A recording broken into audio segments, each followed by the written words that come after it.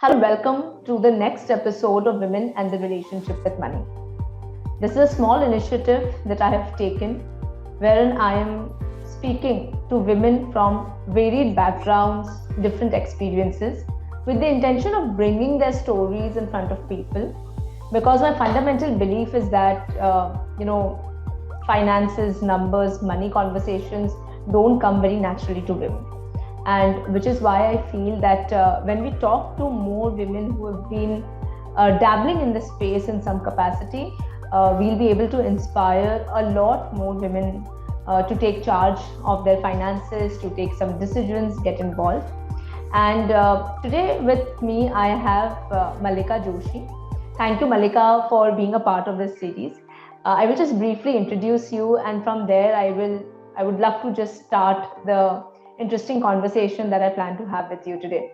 So Malika graduated from Symbiosis Law School in 2007 and has over 18 years of work experience. She is an expert in the field of indirect taxation and is also engaging in litigation and advisory for civil commercial matters. She has also worked with a number of companies and represented them in various capacities. To name a few, ITC, Nestle, HUL are some of the companies that she has previously worked with. So, welcome, Malika. I'm glad that you've been able to take out some time from your busy schedule and have this interaction with us. No, I think the pleasure is all mine here. I am very grateful that you chose me to be a part of this initiative. So, Malika, the reason I chose you for having this conversation is because, we've been having these money related conversations between the two of us on and off, and even with your husband, Vaibhav. And it's been over 2 years since, you reached out to me for various discussions that you wanted to have around some of the decisions that you were taking. And I always remember you as somebody, in our first conversation, you were somebody who had very clear questions in your mind. You like had a portfolio, and you had some doubts which you wanted to clarify. So that's the image that I have in my mind about you, and I thought that it would be interesting to talk to you about some of these issues, which is not commonly, it's not a common discussion that I have with women. So in my in over 9 years of being a wealth manager, it's not very common for me to have a lot of money related conversations with women.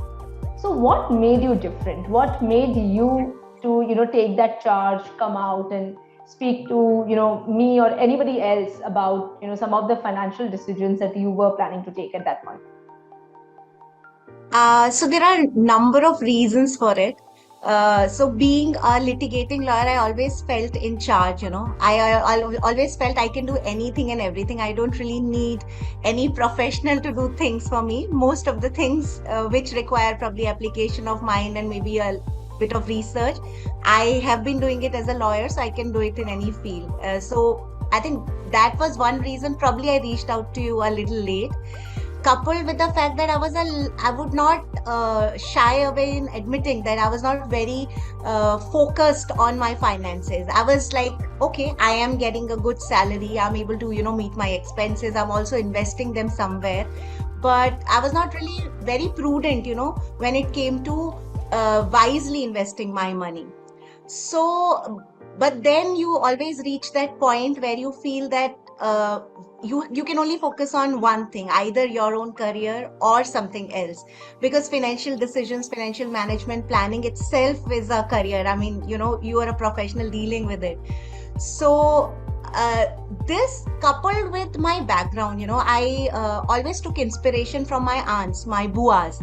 My father had two elder sisters. Now I lost them both. So they were both independent ladies. They were both not married. They were both working. Both of them worked with the government. And back then, the government people did not really have a great salary. But despite that, they were visionaries. They had a lot of savings. They used to invest in ULIPs. And I remember there was some cooperative society saving accounts. They had a lot of those little saving accounts. Then I remember them having LICs, different LICs, having going to Bajaj insurance, going to ING Vyas. I think that used to be Exide, which is now HDFC Life. Yeah, so going to all of those, and they even bought a plot of land, and that's the plot where our family home now is. So, I mean, of course, the trio together, both sisters and my father. So that was always there, my conditioning was always to have a financial plan in life. But somewhere I became reckless, call it youth. And I was not really too much focused on investing wisely. I was investing, but very randomly. And then I think sometime around 2016-17 is when it dawned upon me that I need to be more focused. And that's when the lawyer took charge, that I can be in control, and I started researching about different funds, where to invest, where not to invest. I mean, of course, it's not a pro level. Now that I look back, I realize it was not a pro level research and investment. But yeah, that's when my awakening started, and then I got in touch with you. And I realized that, there are masters whom I definitely need to seek. So Malika, very interestingly, you pointed out that you had two aunts, who were working in that era, which again is not common for women to be working. And they had these various instruments which they used to invest in.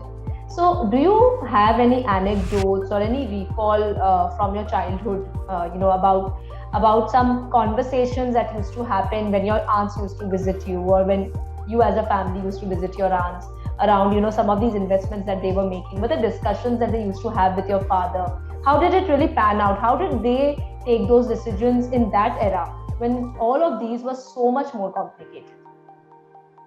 So it's very interesting. My buas never really sought my father's approval, despite him being the male member, and my younger boy, her Hindi was very good, so she used to say Purush Pradhan Samaj, so she was kind of a rebel. But interestingly, both of them never really discussed so much with my father, because my father used to be busy with his own professional life, with family. But yes, they would do their research, they would decide that maybe this is the next course of action. I'll give you an instance which I specifically remember, is when our family home, the plot where our family home is, they identified the plot. They whatever due diligence back then they could do, talking to people around it, talking to the person who owned it, understanding how the plotting is, the location. Ours is a corner plot. So, understanding the location, and back then the area wasn't that developed. So they had this vision, which would be that area where the price is not so much, but it's eventually going to come up. They identified the land. They spoke to the owner, who was to sell us. And I'm sure they must have done a bit of more Reiki, which I'm not privy to. And then I remember having this conversation, them having this conversation with my dad, telling him that this is what they intend to. So I won't say it was telling him that this is what they're doing. It was more like a very well researched and very well informed decision that they were about to take, and they wanted to, of course, include my father in it, because it was eventually going to be the decision for the three of them, because the three of them wanted to be together after they retired. Correct. So, and my father readily agreed. My father completely trusted both my buas, independent women, and he said that you take a call. I am with you, you take a call. So my buas, they pitched in the money to purchase the plot of land. And when the house was to be built, that was built from my father's retiral benefits. So I always had this thing in my mind that, generally, of course, we also have a family home which was passed on from my grandfather, but we all like to refer to this home as family home, which was created by my aunts and my father. Right. So you seem to have been surrounded by a lot of strong personality women in your lives, because I can imagine that in that era, it would have taken a lot of gusto and a lot of knowledge, and also a lot of courage to go up and discuss these kind of things. And even now, I don't see a lot of women, kind of leading a lot of these conversations in their own families, right? So you seem to have grown up in a setup where a lot of strong-willed women were around you. What made you reckless with your own money when you started working? I don't know. I think maybe, as I probably did say, youth. I always felt it's just the beginning. It's like the warm up. So let me warm up, and then gradually I'll start getting onto the right path of So do investing you think wisely. that, like for people who have a financially comfortable childhood, and normally they don't have any conversations in the house where discussing about budgets, or like ये नहीं खरीद सकते हैं, this is only इतना ही कर सकते हैं, and those kind of conversations, in families which don't have those conversations, you feel that led to you not thinking too much about money when you started working and focusing more on career and kind of deprioritizing what you should do with your money? That may have a bearing, but it's interesting. Though I was never told about budgeting things, my father always said that money saves.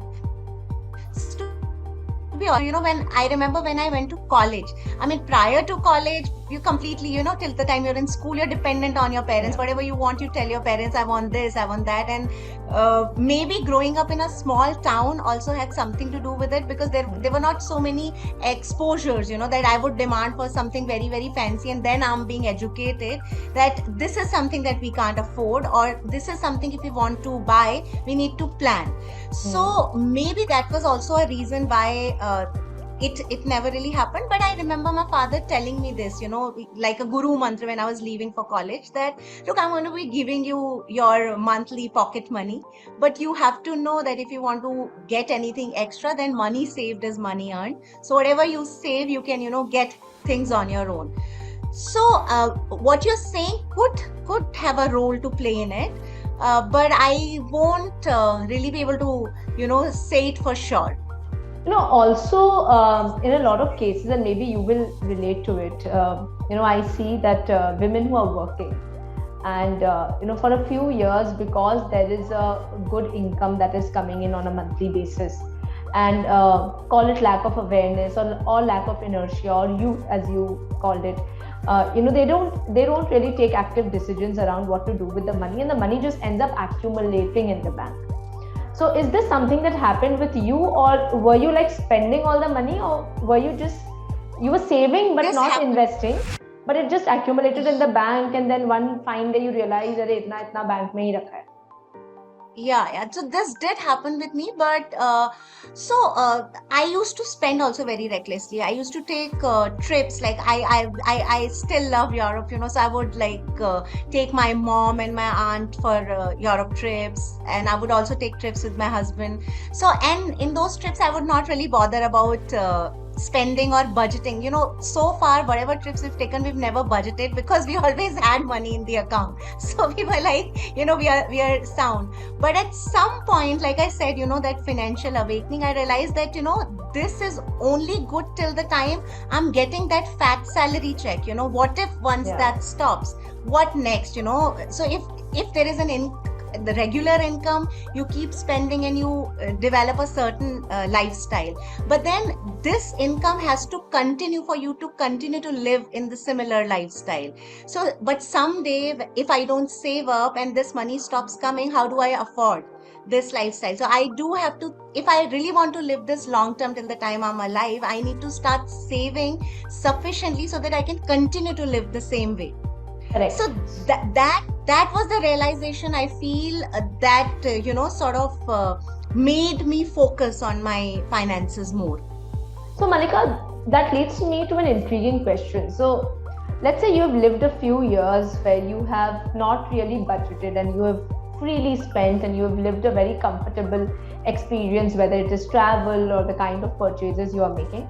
And then there is an awakening, and you feel that, okay, you need to probably have some form of budgets in place, right?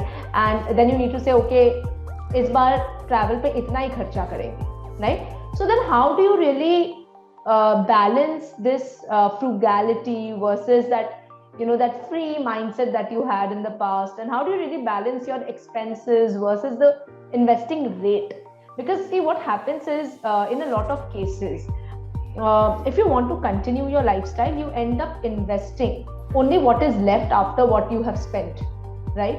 But when you have an awakening and you feel that no, you need to invest for the future, that whole equation turns and you start investing first and spending from what is left, right?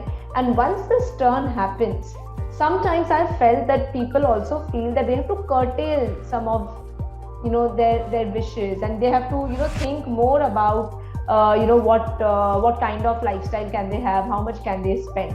So how's been your experience in this? So it's very interesting.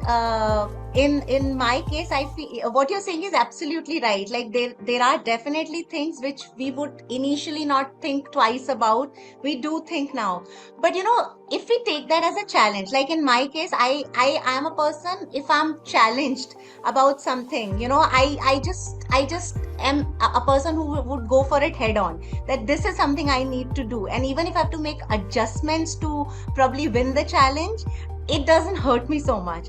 So I sort of used my psyche here, and I gave myself a challenge that let's identify what is not really required, what is unnecessary.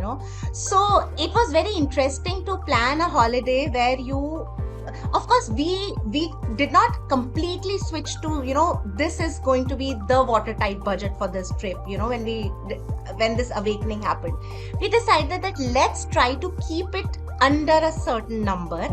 If we exceed, we'll see how we can come down, but let's attempt. And that attempt is very interesting, because when you do that attempt, you realize that there are a lot of opportunities, there are a lot of available products and services in the market which are as good as what you were initially availing, but you were just not bothered to do sufficient research to get a better pricing. And I think nothing like getting the same quality of product for a lesser price than paying a lot of price for it. Like in Delhi, we have this export market, Sarojini market. Okay, it's crowded and you don't want to go there. But on a given day, you just you have a lot of time and you're like, let's go check out. It's a weekday, it might not be as crowded, and you just go there and you find something very fancy from Zara. I mean, of course, not really Zara, but maybe either a dupe or the export reject of Zara. And you're like, I probably paid 4,900 something for this piece of dress, and here you're probably getting it for 500. That feeling of buying something of very good quality for much lesser price seems like an achievement. So I sort of try to derive that kind of pleasure rather than thinking, I have to cut down on this or probably cut down on that. And sometimes when you're not very convinced, you're like, doesn't matter, we've curtailed on 10 things, now let's go splurge on something else. So this kind of definitely brings your budget down. At the same time, doesn't leave you very dry thinking, arey yaar, this time it wasn't as much fun. I think frugality is not the right word, but it's more about, actually balancing it out. Having like a reasonable ticket size for yourself where you can enjoy. And I think from what you are saying, and I can sense it from your tonality of the way you are saying it, that there's a certain amount of fun when you try to kind of know your boundaries, operate within that, you discover new things, and then when you splurge, it gives you a lot more utility as compared to just mindless spending, right? Yeah. So, and also I think, one thing is when you just don't have and you're somehow trying to fit in. The other thing is when you probably have that kind of spending capacity, but you're trying to limit it. Yeah. So you're not really bound by it. So I think that also somewhere does play in people's psychology. Absolutely. So you know what your objectives are. You have been able to prioritize. I think that's a very interesting point that you said, that when you don't have and you try to fit in, you feel like it's a compulsion. But when you have, but you want to limit, it's something that you're doing voluntarily. And as long as it's voluntary. Yes, in fact, one thing that stayed with me, this was in the context of cleaning your closet, clutter free. It said, always prioritize between what you need and what you want. You may want 10 things, but do you really need it? If you just keep this principle every time you're shopping or every time you're taking, this was in the context of shopping basically, then you'll know that you'll avoid a lot of clutter in your home, a lot of unnecessary things. That concept of consumerism, we end up spending so much of money sometimes only because ek ke saath ek free. Or if you buy 3 you'll get 50% discount. You may not even need 3 things, but you'll just buy to get that 50% off. Correct. So there, if you keep this in mind, what you need and what you want, it really comes in handy. I think those are some great tips that are already coming in, and I was going to ask you that question towards the end, that do you have any tips for us? But I think a lot is coming in between the conversations as well. So Mallika, I know for a fact that when you were working early in your years and when money was accumulated in your bank, some of the early financial investments that you made were on the recommendations of your bank RM, relationship manager. So what was your experience working with them, their recommendations? Did you find them useful? Did you feel that there was a gap? You've done that for a few years. So how has your experience been? So it was a 50-50 is what I would say. Part of those investments have turned out good, but part of them didn't really grow much. So I think it depends on which RM, because your RM also keeps changing, right?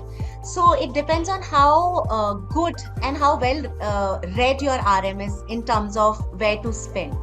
So some of the investments were really good. So one thing I always did was, of course, not in the first few investments, but later on, I used to ask the RM, which is the product that you have invested in? Because a person would only put in their money when the person is coming from one of these banks in the best possible product, with the least service charges. Because back then, the banks were also charging these service charges for managing your funds. So if I invest 100, not my entire 100 was being invested, probably 90 or 95 was being invested.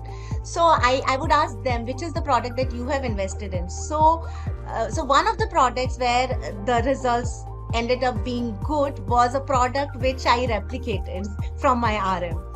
So, Okay. yeah. Interesting.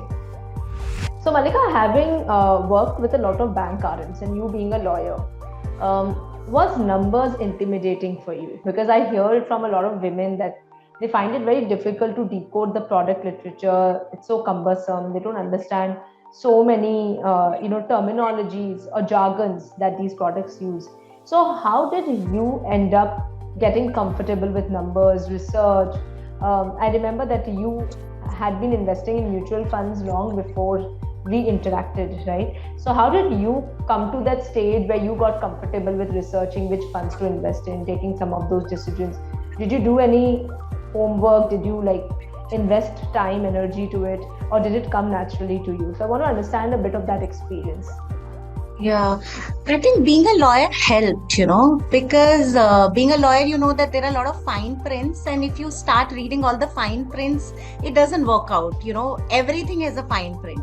So what you need to then see is what is that important fine print which you need to see. So for instance, when I was attempting to invest, a few parameters that I used to bother was exit and entry loads. That is something that I used to see, because many a times what happens is it's a heavy exit load. And then the timelines, sometimes they say minimum 11 months. At times it's higher if you get out sooner. So that was one thing I used to read, because of course I don't understand the technicalities of it. But a few things which I knew could impact my decision whether or not to invest in a fund would be. So those factors I'll tell you. Taxes was not one of them, because I realized that eventually you have to pay tax, right?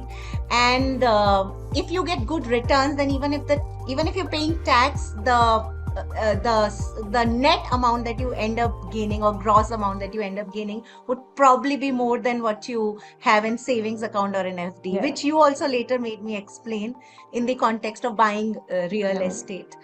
So taxes I never bothered. I bothered about entry exit load, and I also bothered about the quantum of my money that will be actually spent, as in the commission, or I don't know what is the technical term you use, but what would be the service fee or the service commission, the Cost of investing. cost of investing, exactly.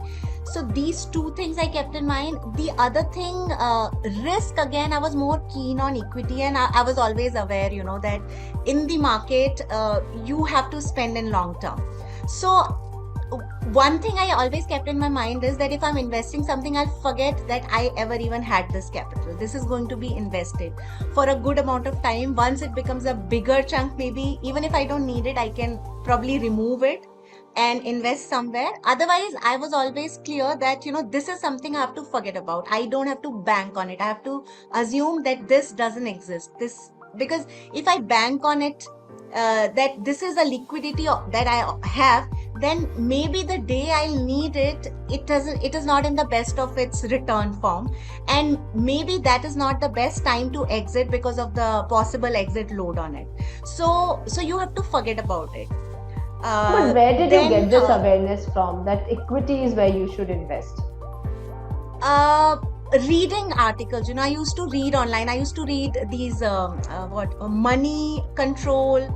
One of my friend's father, in fact, told me that there is a dummy investment in money control. He made me log in and all also, but I thought that was too much of application of mine, and I can't do so much. But I would read articles. I would read how to choose a good mutual fund. So there are a lot of these articles by Grow, by Economic Times, where they used to tell that these are the top funds, and then they would tell you why these are the top funds, but then they would put a rider as to who should consider these as top funds. If these are your priorities, what is your goal? Is it long term or short term? What is your risk appetite? How much are you ready to lose? And how dependent are you? Liquidity, like how soon would you want to liquidate these funds, or you can let them grow for a certain period of time. So I would read a lot of these articles which gave the factors, what to consider while investing. Also, what is the rating of the fund? What has been the performance of the firm in last 1 year, 2 year, 5 years? Some of them have been more recent funds. Then what are the growing industries? Like in the COVID times, pharma industry was really picking up. IT industry was really picking up. So, what are the industries that are picking up? Then what are the promising small cap companies for small cap funds, large companies, or blue chip funds, what are the safe ones? So I would just read these factors. So Mallika, from what you are saying, you happen to be such a well-read investor, right? Even if you did not understand the technicalities. The way you're talking, I can sense that, you must have read so much to, even understand things like small cap companies, and, so you're not saying that, you're not telling me that Shruti used to look at historical returns and then just invest. You used to look at so many other variables and read about them and reread. What made you reach out to a professional? Because I think you were already doing so much on your own, and it's not about gender, but not so many people read so much and come to a level, and they don't have the bandwidth. And for women especially, they have so many other responsibilities to take care of. They're not able to take out time, right? So you being somebody who was able to do it, why did you need a professional to help you give you more gyan on how you should manage money? So I realized that the problem was with the amount of SIP I was doing, because I was reading so much. I mean, you've seen my portfolio, right? I possibly would have invested in some 50 odd mutual funds, and the total amount was a good sum, but the individual amount allocated to each of those funds was something which would not really give me a big financial jump. So I felt that maybe I need to narrow it down. I can't have my eggs in too many baskets either. I mean, you should put all your eggs in one basket, but not in too many also, that you're not able to even finish one basket in one go. So that's what made me come to you. So that this knowledge that I'm acquiring, I have a right path and a right channel. And to be very frank, I also wanted to be relieved of this additional responsibility I had taken on my head. I wanted to focus on my practice, because I quit the law firm where I was working and I started on my own. So I also wanted a little bit of mind space to focus on my own practice. So I realized that if everyone starts advocating their own case, then we'll be jobless. So the same thing applies to finance professionals as well. So I just Right. decided to seek professional help. And trust Right. me, I've been very relaxed. You must have not heard even Yeah. once from me while this Yeah, I market mean, I'm crash. telling you, I wasn't even aware that you've read so much. Like you turn out to be somebody who's so, what do I say, you're alert, you are on top of things. I mean, you have that capability that if you want, you can understand things. You may not do it for lack of time, but you've done it in the past, and that's very, very enlightening, especially, in 2014, 15, 16, 17. A lot of people around me and people of my age were not doing mutual funds also, because they were not able to understand the risk. It's only in the recent 5-6 years that mutual funds has gained so much of prominence, right? So it's actually heartening to see somebody, like 10 years back, being so aware. And I think somewhere it comes from your upbringing, Malika. Like you've seen, Yes, yeah, 100%. you've seen your aunt, your father, your mother maybe taking some of those decisions, being on top of things, understanding value of money. And even if you did not have those conversations, I think you could just inculcated it as a value, which Yeah, yeah, has helped you in maybe starting, even definitely. if not taking the best decisions, but at least starting on that course, right? So Yes, also, Malika, yes. tell me that, in this journey of you taking some of these financial decisions, what role has Vaibhav, your husband, played? And between the two of you, uh, who is the one who takes more decisions? What individual roles do you play? What kind of financial conversations do you have between the two of you? So I think I think the Vaibhav has played a very important role, that he has completely banked on me. He's like, I trust you fully. If you're doing the research, if you think that this is what you need to invest in, it's your money, go ahead. I am with you. In fact, he would sometimes ask me that, I have some spare money lying. Do you have any fund suggestion for me? Yeah, he did not take much of interest. He said that, both of us can't be focusing on the same thing. So if you like doing it, you go ahead and take charge.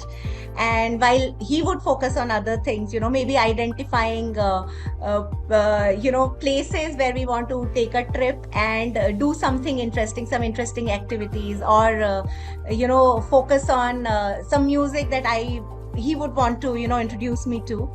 um, but then gradually, I think, when during the time when I had started reading a lot about it, so he also felt that maybe he should he should be able to have that conversation with me in more detail. So that's when he also started reading up a couple of things, and then he would come and discuss with me that, I was thinking of investing in this fund, or maybe in this bond.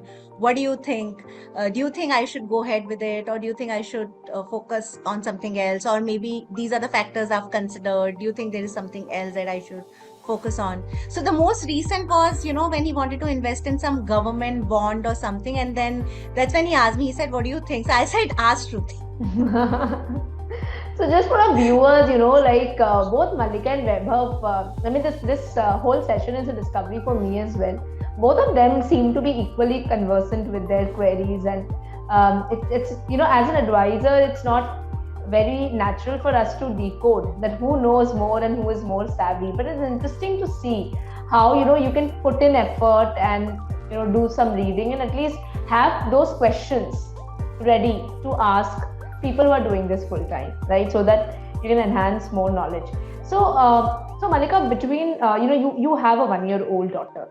So And I think I would presume that, once you have a child, you become a little more conscious about money and saving and investing for your child, right? So, what are some of the investing decisions that you have taken for her, and how do you and Vaibhav now, channelize your money towards family financial goals that you have set for yourself?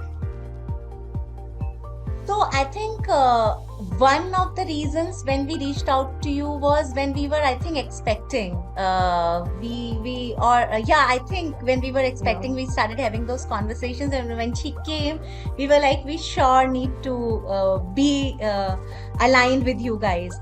So what really helped us, decide was the financial plan that you guys chalked out for us. That really helped. So we knew that knowing or unknowingly, we ended up having funds to rightly channelize to ensure that her post graduation is secured, even if she wants to pursue it from somewhere outside India.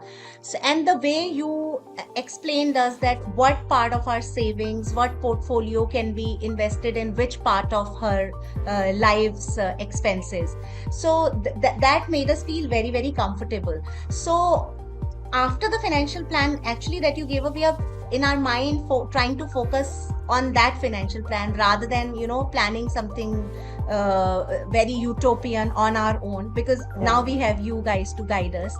But in any event, in addition to that, so as lawyers, our social network tends to be like really wide, and some of the investments we ended up doing, I don't know, some Jeevan Tarun or some LIC scheme or something we had to do as a social obligation. So we just picked up something which we felt was would reap better benefits for her. So we took one or two of those policies, and then we started with Sukanya Samriddhi, I think, which probably every parent does. And other than that, we are mostly focusing rather than I hear a lot of my friends telling me that they've opened a bank account for their child, and whatever money they get, they keep putting in that bank account. I feel that after interacting with you, and generally I feel that's probably a futile exercise. So what I do instead is we make a note of not exact amount that she receives, but broadly in like in this 1 year what she would have possibly gotten, and rather than putting it in a bank, we are thinking of investing that lump sum somewhere, maybe in some mutual fund or something, or maybe some that fundamental product that we are intending to work on with you guys, put in that additional money there. Right. So we get better returns. Yeah. All right. And from based on your upbringing and your own experience, what is that one thing that you want to teach your daughter when she is growing up a couple of years later, especially around money and personal finance? I think what my father taught me, money saved is money earned. It's very true. It's very true. Yeah. And this is something that is based on the upbringing, but based on my experience of past few years, I would say that to also always wisely invest early on in life. Don't wait for something to happen, or this financial awakening. I think I'll keep telling her that you need to save, probably starting from a piggy bank, where I can say if you put in 10 bucks every month, at the end of the year, instead of 120, you will have 150. 30 would be your bonus. Teaching her that if you keep saving small, at the end you get more than what you save. Correct. So that's an excellent way, Malika. I'm glad that you've been thinking about some of these things. And I think when your daughter first starts working, you will be that mother who tells her कि मेरी तरह मत पैसे उड़ाना. So you will keep that tab on her. So thank you, Malika. I think this was a very interesting conversation. It was especially the fact that you have taken so much effort to like educate yourself, take some decisions, dabble with right and wrong things that you have done, and it's actually very heartening for us to see that that trend of women not taking part in financial decisions is changing for the better. So it was lovely talking to you. Thank you so much for taking out time, and I'm sure that you will be an inspiration to so many women who are watching this video. Thank you. Thank you for your kind words, Shruti. Thank you. All right. All right. Bye.